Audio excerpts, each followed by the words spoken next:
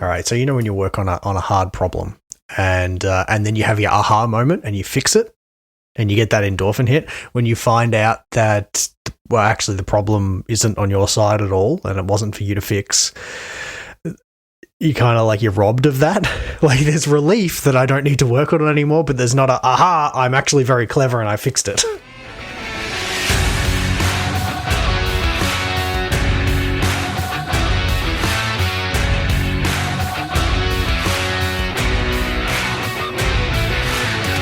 Welcome to GCP Life, episode number 15, a show where we discuss Google Cloud and tech. This show's sponsor is Kasna, and I am your host, Stephen Bankrupt. On today's show, Google files for bankruptcy, Google gets a new APAC leader, Google is gearing up for Web 3, and we take a look at some new GCP security tools and features. But before we get to any of that, I want to introduce the freshly caffeinated co-host that's with me all the time. It's Dave Wall. How you going, Dave? I'm better. As you said, I feel significantly better after a couple of cups of coffee. Yeah. I know you've been pulling a few late nights too, so good on you, mate. Good on you. Yeah, no worries. Thanks, mate. The reward will be there at the end, right? Another successful project. Another successful project. Let's just say, what would the pro tip be today from this week? I think the pro tip would be, before you start any work on any environment, know what that environment should and shouldn't be doing. Yeah, what things are currently broken in the environment before we touch it. Exactly. Because if they're still broken afterwards, then that's what they're supposed to be. That's okay, right? So yeah, get a good. I mean, it's a good change practice, right? Before you do any changes or do a migration, get a good baseline. Know what should be working and what shouldn't be working. Do your pre-change tests. Do your change and then do your post-change tests, and everything should match, right? Mm-hmm. That would be the pro tip from this week. That's a good one. It is. Yeah. I've been playing around with. I'm an old Amiga boy from back in the day, back in the 90s.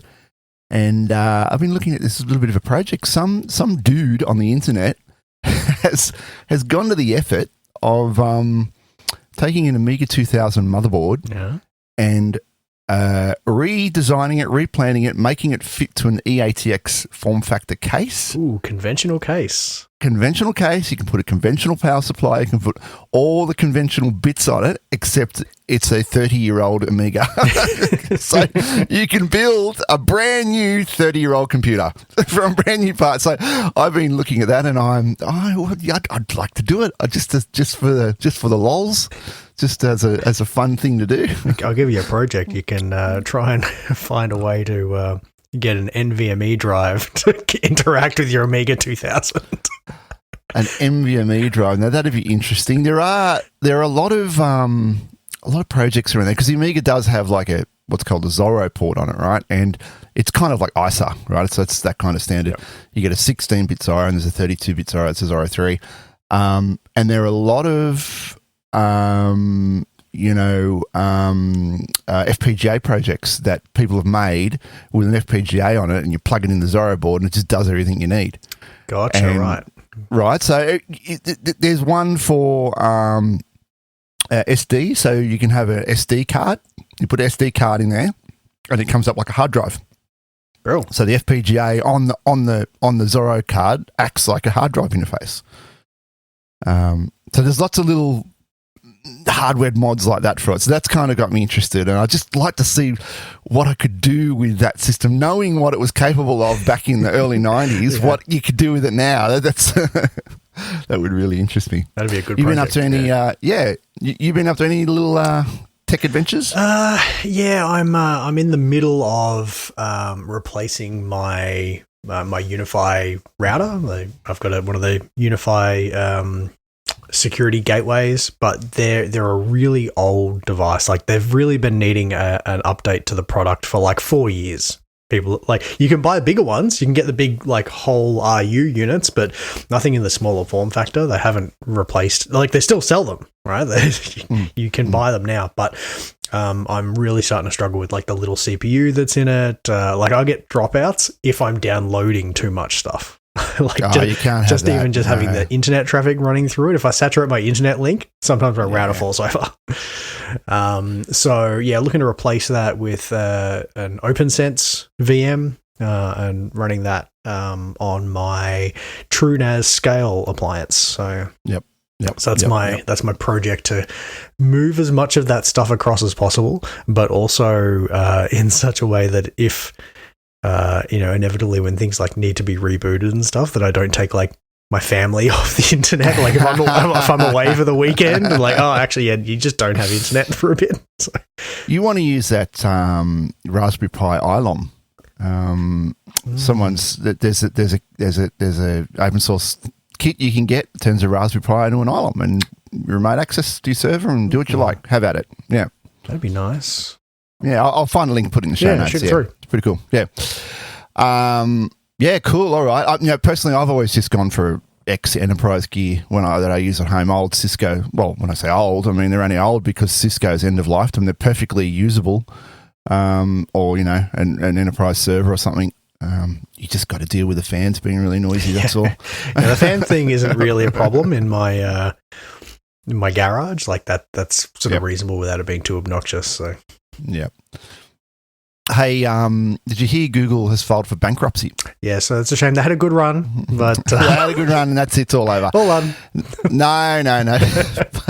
Filed for bankruptcy in Russia, which doesn't come as a surprise. Yeah, that's all the rage right now, right? That's all the rage. Authorities seized its bank accounts and made it all but impossible for operations to continue in the country.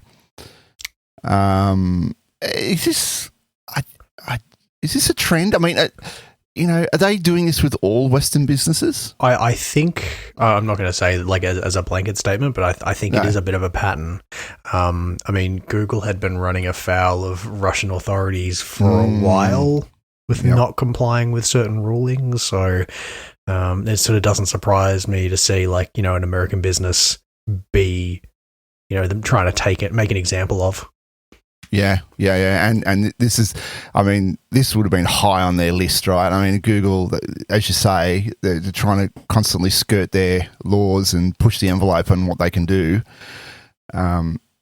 If they got the opportunity, I think if the Russian, if the Russian authorities got the opportunity, strike them out, get rid of them. Yeah. But the Android, Gmail, Maps, Search, and YouTube will continue to function, but the Play Store's not, so obviously because they can't do any monetary transactions. Yeah, right. Yeah, you can't buy anything from there, but you can consume the free services. So. Yeah, that's right. Yeah, for how long? Well, we don't know. So that's just another little thing, little chunk there for Russia to deal with. Interesting situation, that's for sure. I thought we'd kick off today's show with a bit of news out of APAC. Google Cloud has hired GitLab's Anthony McMahon to lead the APAC channel. Google Cloud has filled its vacant Asia-Pacific channel leadership role with GitLab Regional Vice President Anthony McMahon. And unlike his successor, who was in Singapore, McMahon is in Sydney. Oh, nice. Right here. Yeah. Might run into him at some events. I could run into him, and he's probably just here at the Sydney office, where I was the other week. It took him 4 months to find him. He'll take on the role of managing director of partners and alliances for APAC. So this affects us directly. Directly, yes. Right? Us being a partner. Oh, and by the way, did you see when you search now, anyone listening, when you search Google Partners in Australia, in the Google Partners page, Kazna comes up first. Top ranking, yeah. So I'll put a link if I can link to the search query. I will, but I'll put a link to the search page, and you can go search for yourself for partners in Australia, and you'll see Kazna right up there. We recently just got our infrastructure specialization, and you were heavily involved with that. I was involved with that. That's right. I was on the I was on the talking to the auditor and involved with developing documentation. So that was a great feather in our cap to get. So that appears there now as a specialisation. There's really only a handful of partners that have specialisations, and we're one of them. Yeah.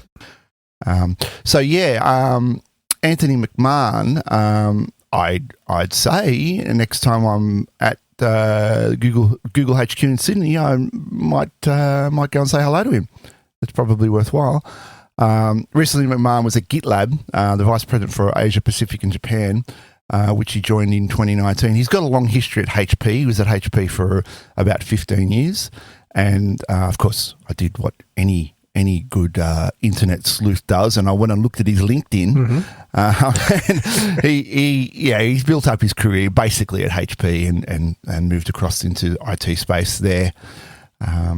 This article goes on to say, according to Google Cloud, McMahon will play an important role in helping Google Cloud grow its partnership business, including finding new ways to add value and ensuring partners succeed. So there you go. We've got a new head of partner channel. Yeah, and welcome aboard if you happen to be listening. I might just flick him a message on LinkedIn and say, hey, we gave you a shout out. Engineer, and then gave you a shout out. So all right. We've had a lot of security news lately too, and Google they're not slowing down on the security bandwagon, that's for sure. They've launched a new service today at the Google Security Summit. Sonny Opoti, who seems to get mentioned a lot, Vice President and General Manager of Cloud Security for Google, unveiled the organization's next step on its invisible security journey, launching a new offer called Assured Open Source Software Service. And this is a very exciting thing. I think what was it, last week, the last fortnight when we were playing the Kelsey snippets, right? The something automation, something DevOps, right? Yeah, this speaks take exactly the code from here to and this. there and everywhere. Yeah. This is all about this, right? So, this is all about securing the open source supply chain. And my takeaway from this is what they want to do is they're saying patching security vulnerabilities in open source software often feels like a high stakes game of whack-a-mole. Fix one or two and more pop up. So they want to sort of take open source projects, put them through some sort of security vetting, and then give it a tick of approval, give it some sort of Google tick of approval. And this is taking the work that Google does internally for all of their critical systems. Because, we all know, you spin up a project and you're working on something and someone says, I just pull this library down, just pull this dependency in, and you do, and great, my project works and off it goes, and then, it sits in production for 20 years. Every time it gets rebuilt, it pulls a fresh copy down from GitHub. But, Google doesn't do that. Anything that's needed in their pipelines, they vet those packages. Yep. And now they're making it available. Yeah, they realised that it was an in-house solution that other people would probably want, and they're commercialising it. Yeah.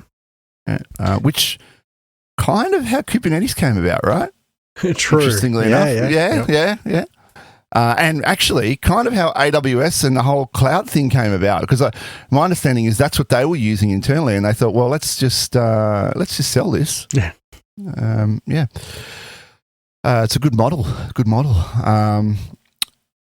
This might also be, if you've still got a few hangers on, the sort of people who are like, I just don't trust open source, right? It's insecure, has to be, I need enterprise software and a maintenance contract. Like, I think this might hopefully, kind of help those people get across the line, go, at least, here's like using a trusted third party to, help ensure that, some little sneaky vulnerabilities don't just... Yep. Assured OSS helps organizations reduce the need to develop, maintain, and operate a complex process for securely managing their open source dependencies, Potty said. The article's not really clear exactly how this is going to be implemented, but I don't know. I'd imagine something like the container vulnerability scanner that we currently have. So I went through looking into it a bit more this morning, and you're going to get basically secured repositories to be able to pull things from, and everything's going to be analyzed. I think they're using Cloud Build to run through, and there's going to be like metadata that you can pull down for all the packages. So they're more or less going to fork existing like GitHub repositories into their own. That's my understanding. Location, but they're going to put it through their vetting in the process. Correct. Yeah. Okay. So it's very cool. I think they said it's going to be in like early access a bit later this year, so you can't get it yet. But I know that I think that's going to be a real winner.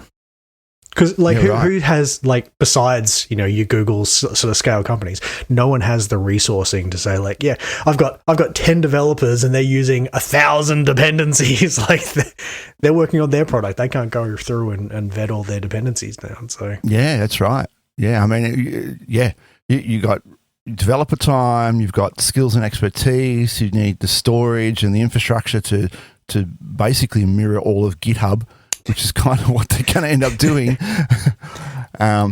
Yeah, okay. And another security announcement that's been made is the launch of BeyondCorp Enterprise Essentials. Now, this is all about helping organizations get into a zero trust model. It launches in Q3 of 2022 and offers context-aware access controls for applications via SAML. The solution also enables administrators to monitor users through Chrome dashboards so they can ensure the user's BYOD, remote or hybrid working environments aren't at risk. So this thing integrates with BeyondCorp, allows you to put some controls in place just with a simple SAML config, and allows you to more easily support zero trust. Yeah, right. So, and is this, I wonder if this Essentials one is a bit of a reduced but easy on-ramp.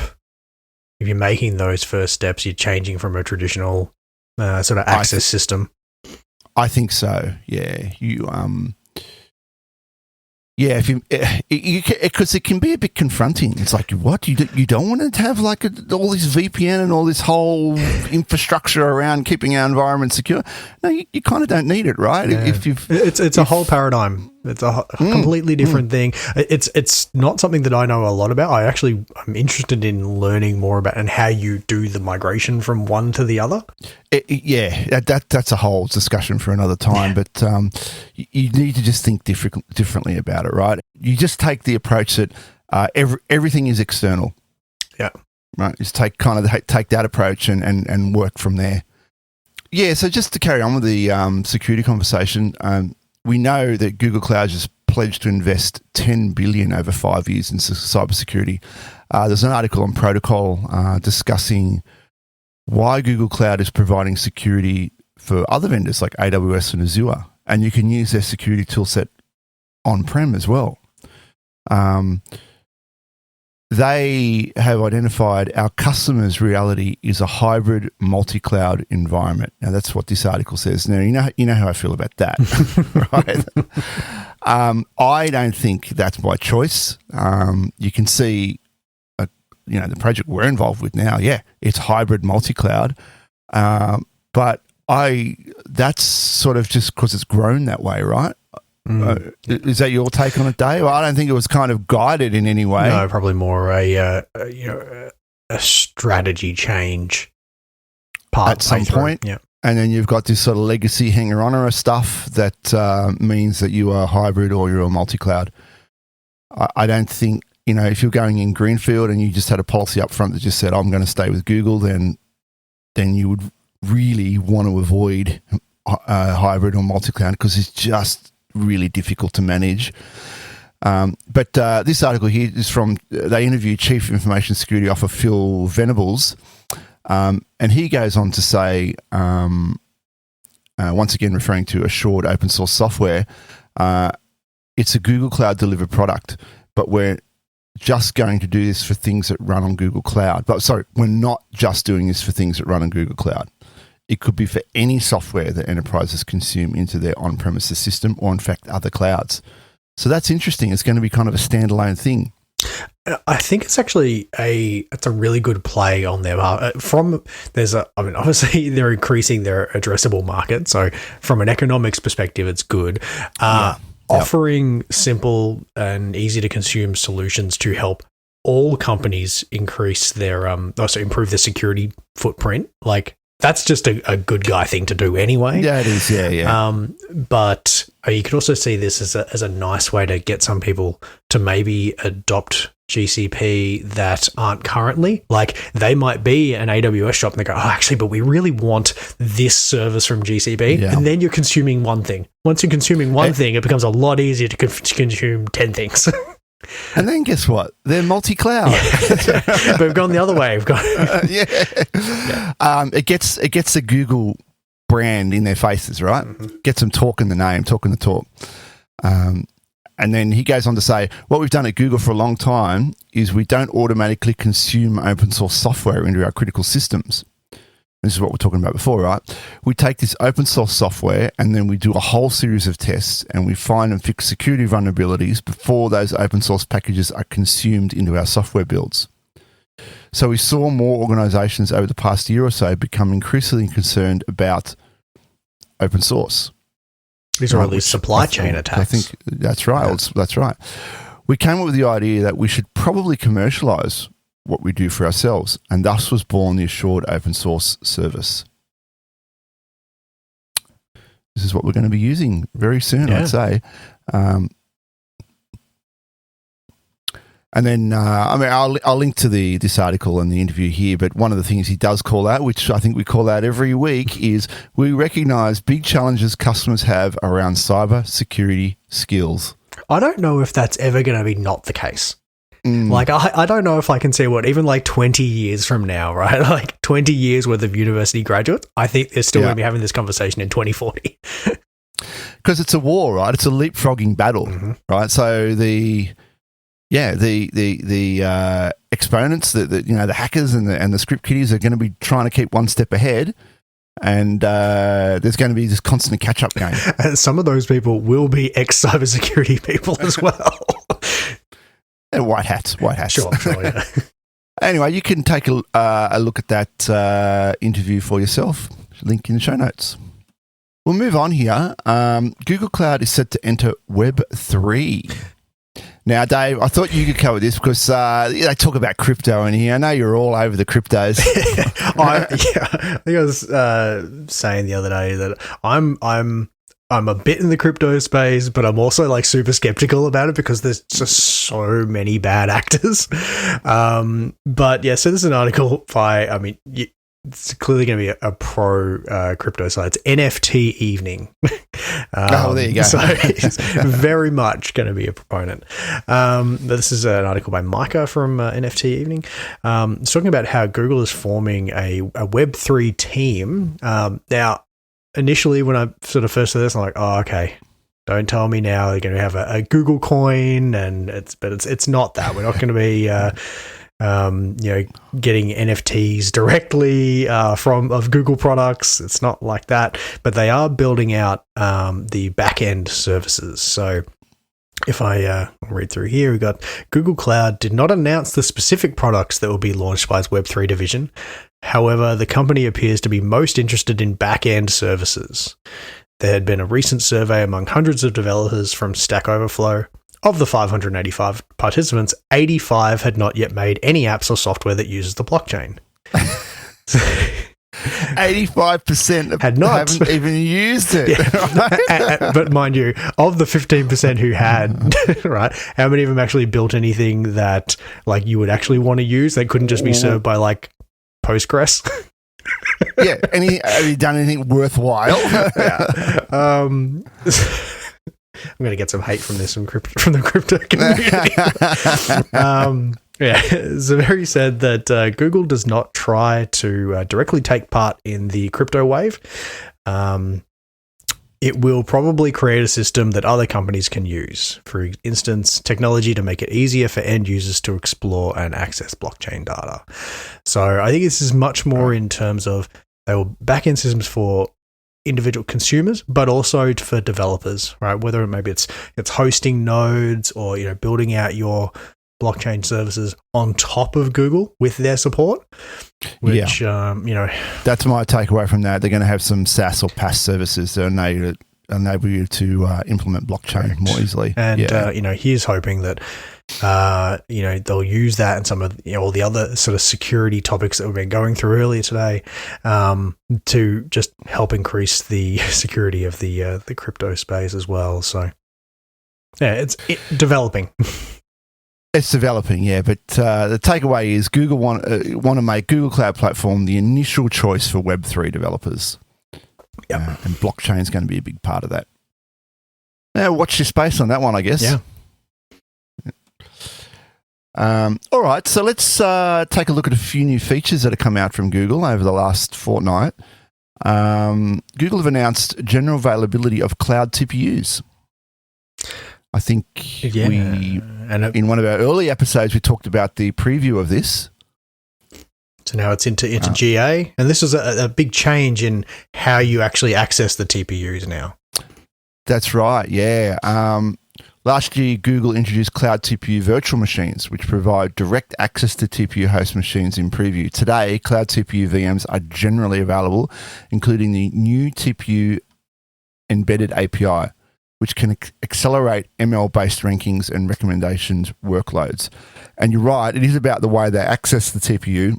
With TPU VMs, workloads that require lots of CPU to TPU communications can now do that communication locally instead of going over the network, which can improve performance. Yeah, so from what I was reading, like previously, you would install your software on a system that's a traditional CPU-based system. If you needed TPU stuff, you had to go make gRPC calls to TPU nodes. Now you can have access to VMs that have both, install your own software and have that. Yeah, and you just use some of the libraries like PyTorch or JAX to access those TPUs, just like a device would be directly on your machine. Yeah. So that's awesome. Mind you, I'm not an embedded AI champion by any stretch of the imagination, but I can see how this would be hugely advantageous. Yeah, I mean, it might mean that they don't need to spend as much time on doing engineering around like the networking side of things. If you're just dealing with it locally, it'd be much simpler from a code base perspective. Yep. And another new feature that they've launched, and I thought this was really cool, is the Terraform guardrails. Terraform, how do we explain this in a simple sentence? G-Cloud Beta Terraform Vet. It's when you're running your Terraform implementation, right? Yes. Normal thing. You you run a Terraform format and you get your code looking pretty, and then you'll do your Terraform plan and see if what did I just write? Is it going to break everything? Is it going to crap out on me altogether? Well, does it? That's basically just a parsing check, right? At that point, yeah. And now you've got a nice new additional step of being able to run a vet, which will check against your organization's Terraform guidelines. Make sure you're not trying to, I guess, do anything outside the policy. Yeah, maybe you want to have a policy that says like a cloud storage bucket cannot be public. And if you try and stand one up in this, it'll go ba-bow. Maybe you're trying to do IAM access that's way too broad. And the example that they use here is they want to say every user has to be part of a particular domain. So the policy library will have a policy which the Terraform vet will check against, and it'll make sure that policy is enforced. Does it do the enforcing, or does it just check against the enforcing? Well, I guess it gives you a pass-fail at the end. It gives you a pass-fail. So I guess you'd have to have that in your CI/CD, being like, any fails, obviously it can't go through to an apply phase. Right. Yes, you'd have that built in your CI/CD, exactly. And it's just done with a JSON file and against the public library, and bingo, it checks it. So I think the big advantage of this would be is you could have this policy library managed by a security team, for instance, and they're the and that's coming from corporate policies around that, and you as the developer kind of don't. Normally, you'd have to hold all these corporate policies and security policies in your head as you're implementing it, but you now know that it's going to get checked before it lands in production or whatever environment, and you know you're going to comply with the policies. Yeah, and you can have that on, you can have it in your pipeline to just be on like every commit, go and check this. Make sure I didn't just try and build something that's going to be against policy. It's going to break, yeah.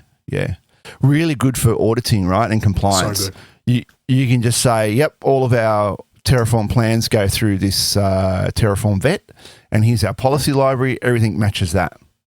If they have a change of policy, they can change it, and then your deploys will be broken in the meantime, but you can fix it before it gets through the gatekeeper, right? Yeah. Yeah, I like this. I might go and have a little play around with this and see what it can actually do.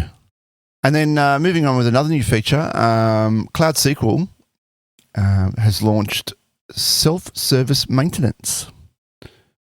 We know that Cloud SQL already does maintenance. We schedule maintenance for you once every few months during your weekly maintenance window, so that you can turn your attention to more interesting matters. However, from time to time, you may find that Cloud SQL regular maintenance cadence doesn't work for you. So what this allows you to do is set a self-maintenance, and you can do a gcloud command and then trigger that maintenance when you're ready. Right. So does that mean you can bring it forward? Would be the you could. I think the example that they give here is they put a pause. Let's say that they're doing some release and they put a pause on the maintenance, but then a high security bug comes out, and you decide, well, we need to take that. You decide you'd like to go ahead and take care of the issue right away for the next scheduled maintenance, which is a few months away. But what you can actually do is you can decide to run the maintenance window now.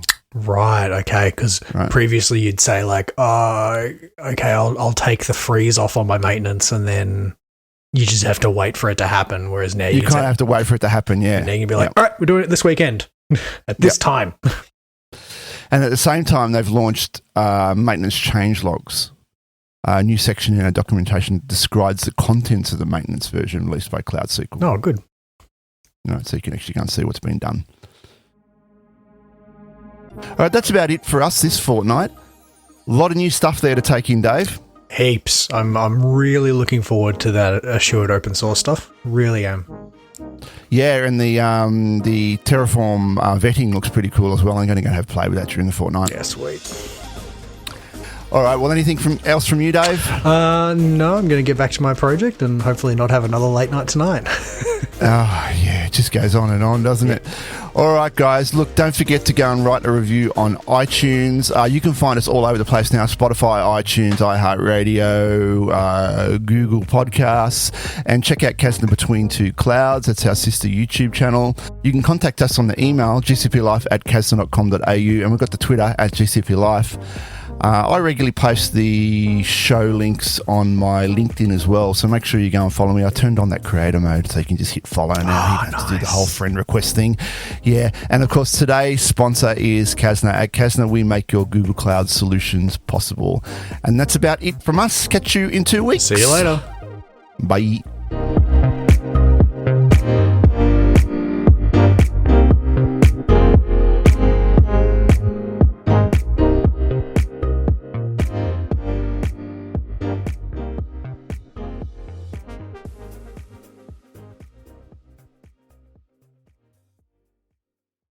Well, that was quick.